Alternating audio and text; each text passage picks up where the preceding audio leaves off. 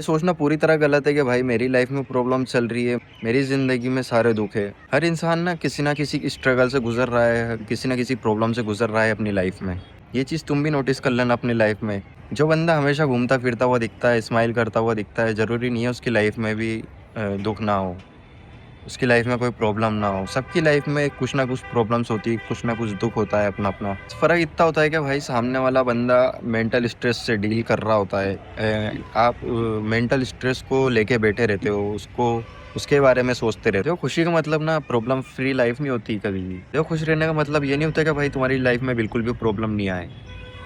उस प्रॉब्लम के आने के बावजूद भी ना तुम कैसे स्माइल करते हो, कैसे खुश रहने के बहाने ढूँढते हो, ये मैटर करता है। एग्ज़ाम्पल के लिए कोई लड़का है जो एग्ज़ाम में फ़ेल हो जाता है बट वो हार नहीं मानता, वो दुःख नहीं होता, उस चीज़ को लेके नहीं बैठता। वो अपनी कमियाँ ढूँढता है, उसको सुधारता है और नेक्स्ट अटेम्प्ट के लिए तैयारी करता है।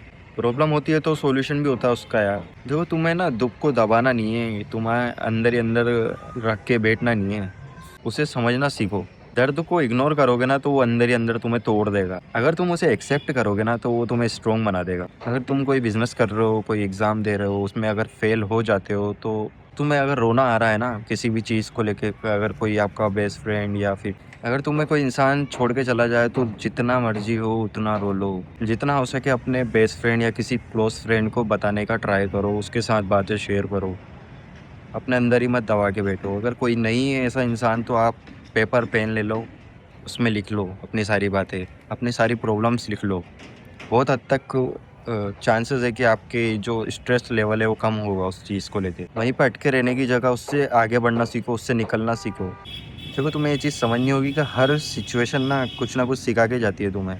लाइफ हमेशा ना आपको टेस्ट करती रहेगी, आपको कुछ ना कुछ लेसन्स देती रहेगी। बस आपको उसको नोटिस करना है, आपको उससे सीख लेनी है और आगे बढ़ना है और आगे उस चीज़ को गलती नहीं करनी है।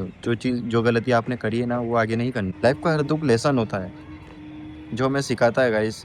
बस डिपेंड करता है अपने ऊपर कि अपन पढ़ते हैं, उससे सीखते हैं या फिर नहीं सीखते हैं।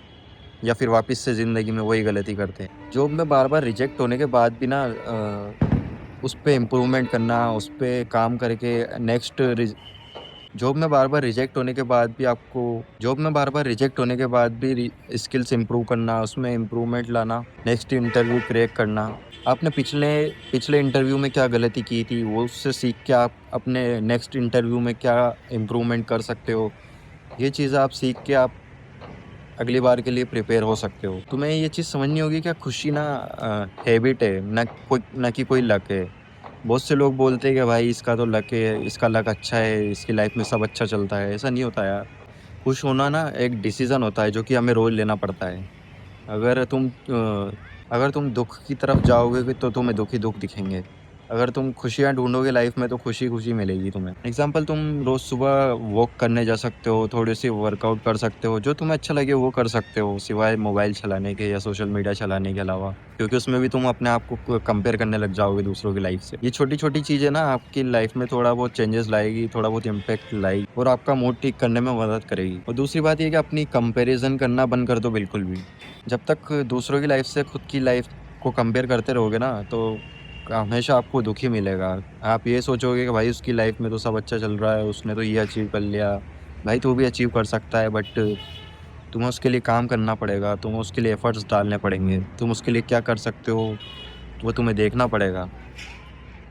कोई भी चीज़ इतनी आसानी से नहीं मिल जाती लाइफ में। आपकी लाइफ में अगर कोई भी रिलेटिव या फ्रेंड है तो उससे जलने की जगह ना उससे इंस्पिरेशन लो थोड़ी बहुत, उससे थोड़ी बहुत गाइडेंस लो कि आप क्या कर सकते हो अपनी लाइफ में। लास्ट और इम्पोर्टेंट, देखो हर फेस ना परमानेंट नहीं होता। ये सब चीज़ें टेम्परेरी होती है।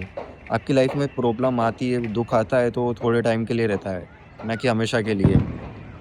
अगर आपकी लाइफ में आगे कोई दुःख आए ना तो ये सोचना कि आप ये भी थोड़ा-सा टाइम है, थोड़ा-सा टाइम वेट करके देख लो, ये भी चला जाएगा। और सक्सेस के पीछे भी ना दुःख का ही सबसे बड़ा हाथ होता है। अगर आप दुखी नहीं होगे, अपनी लाइफ में कम्फ़र्ट में बैठे रहोगे, कम्फ़र्ट ज़ोन में रहोगे तो आपको इंस्पिरेशन ही नहीं मिलेगी आगे बढ़ने की। भाई मैं क्यों करूँ? मैं ये चीज़ें क्यों करूँ? मेरी तो लाइफ वैसे ही सेटल है ना। तो दुखी होना भी ज़रूरी है अपनी लाइफ में कहीं न कहीं। दुखी होने से डरो मत यार। सिंपल सी बात है, उससे डील करो, उसे कैसे सॉल्व कर सकते हो, सॉल्व नहीं कर सकते तो किसी के साथ शेयर कर दो। ह्यूमन ना सोशल रहने के लिए बने हैं, अकेले रहने के लिए नहीं बने हैं। अपने मेंटल स्ट्रेस पे थोड़ा सा काम करो, उसे थोड़ा सा कम करो, मूड चेंज करो अपना। जो आपको पसंद हो, म्यूज़िक सुनना, वॉक करना, जिम करना, वो चीज़ करो, स्टार्ट कर दो अगर नहीं करते हो तो। देखो लाइफ में ना दुख नॉर्मल बात है, और उसमें दुख में ही रहना वो आपकी चॉइस होती है। ये आपका खुद का अपना डिसीजन होता है कि भाई मुझे इसी दुख में रहना है या इससे आगे बढ़ना है। इसलिए मुस्कुराते रहो, क्योंकि अभी तुम्हारी लाइफ ख़त्म नहीं हुई है, अभी तुम्हारी स्टोरी बाकी है, एंडिंग बाकी है। लाइफ में भी हिंदी फिल्मों की तरह ना एंडिंग अच्छी होती है। अगर आपकी एंडिंग अच्छी नहीं हो रही है तो समझ लो कि अभी एंडिंग नहीं है, अभी बहुत सारी चीज़ें बाकी है आपकी लाइफ में। कैसी लगी गाइज आपको ये वाली वीडियो? नेक्स्ट वीडियो किस टॉपिक पे बनानी चाहिए मुझे सजेस्ट करना गाइज कमेंट सेक्शन में। मिलते हैं नेक्स्ट वीडियो में, तब तक के लिए बाय बाय।